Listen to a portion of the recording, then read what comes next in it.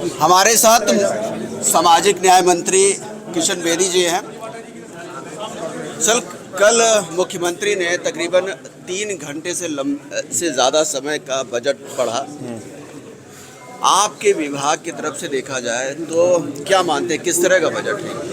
देखिए, मुख्यमंत्री जी ने जो बहुत बड़ी कल घोषणा की है, लाडो लक्ष्मी योजना के तहत जो बहनें अभी तक 1 लाख रुपए की जिनकी आय सीमा थी, उनको अभी तक हम लाभ दे रहे थे। अब 1,80,000 की सीमा तक जिन बहनों का पारिवारिक आय है, एक तो उनको हम लाभ देंगे। दूसरा, परिवार में कितनी भी बहनें होंगी, 1, 2, 3, 4, सभी को उसका लाभ देंगे। और सोशल जस्टिस डिपार्टमेंट के लिए मुख्यमंत्री और वित्त मंत्री के तौर पर नायब सिंह सैनी जी ने बहुत बड़ी घोषणाएं हमारे विभाग के लिए की हैं। और मैं आपको बताना चाहता हूं कि लगभग इस बार मेरे विभाग का जो बजट है वो 15.74% बढ़ाकर मुख्यमंत्री जी ने दिया है और 17 करोड़ 250 लाख का इस बार हमारा बजट सोशल जस्टिस के लिए हमारी सरकार दे रही है। दूसरा ये है कि पूरा अगर बजट की बात की जाए तो ज्ञान जो कॉन्सेप्ट है उसके ऊपर ये पूरा बजट मुख्यमंत्री ने भी कहा। आपके हिसाब से क्या खास नज़र आता है? देखिए, हमने 2047 के विजन को लेकर अपने इंफ्रास्ट्रक्चर को मजबूत करने के लिए हमारे जितनी युवा शक्ति है, चाहे वो महिला के रूप में है, चाहे हमारे युवा साथियों के रूप में, उन सभी के हाथ को काम भी मिले और हम इंपोर्टर की जगह हरियाणा एक्सपोर्टर बने। इंडस्ट्रीज में, एग्रीकल्चर आइटम्स में, फिशरी में, कपड़े में, जो यहाँ पर हम प्रोडक्शन कर सकते हैं। आज दुनिया का सबसे बड़ा एक्सपोर्टर मारुति है और मारुति खरखोदा में है। ये हरियाणा की सबसे बड़ी उपलब्धि, हमने उनके लिए रास्ते खोल दिए। अब मिंडा नाम की कंपनी जो चाइनीज है, बहुत बड़ा प्रोजेक्ट लेकर हरियाणा में आ रही है।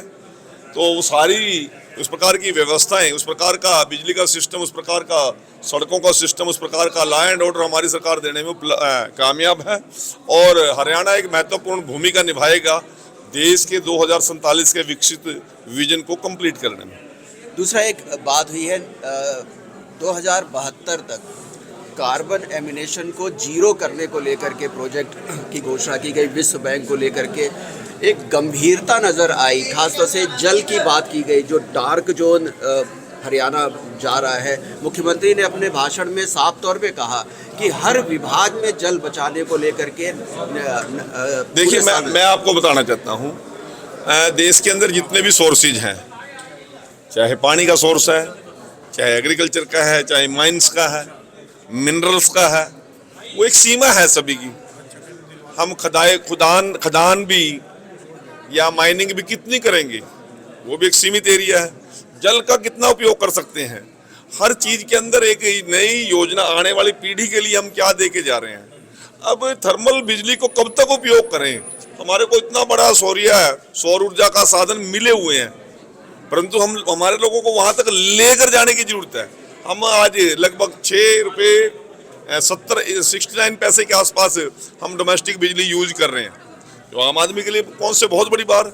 इसी प्रकार इंडस्ट्री के लिए हम 12 रुपए के आसपास बिजली लाकर उनको कंसेशन रेट पे देने का काम करना पड़ता है।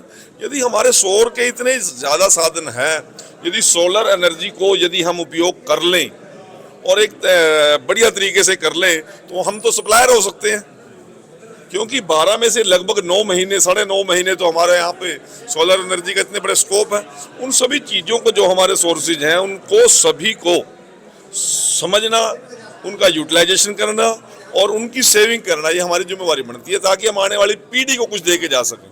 लेकिन इतना क्या है कि इतना अच्छा बजट आने के बाद भी विपक्ष भूपेंद्र सिंह हुड्डा को ये बजट पसंद नहीं आया। उन्होंने कहा कि सरकार के पास तो पैसे ही नहीं है, घाटे में राजस्व घाटा है इतना ज़्यादा कि खर्च करने के लिए पैसे नहीं है, उनको इस बजट पे भरोसा ही नहीं है। भूपेंद्र सिंह हुड्डा जी को क्या समझाए? सारे बजट में साथ थे, बैठे थे, सुझाव मांगे, सुझाव दिए नहीं।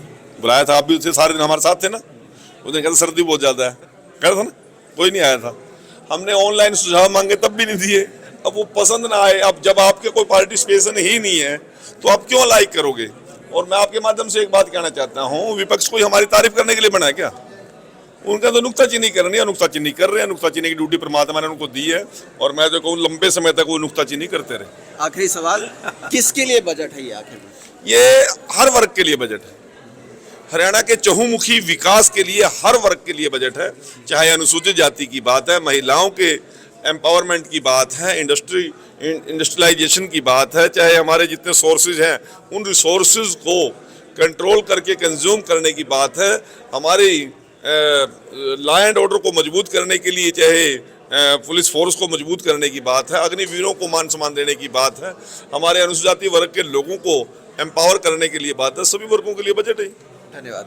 तो ये थे सामाजिक न्याय मंत्री किशन बेदी, जिनका कहना था कि हरियाणा सरकार का बजट सभी वर्गों के लिए है और सभी को न्याय दे रहा है।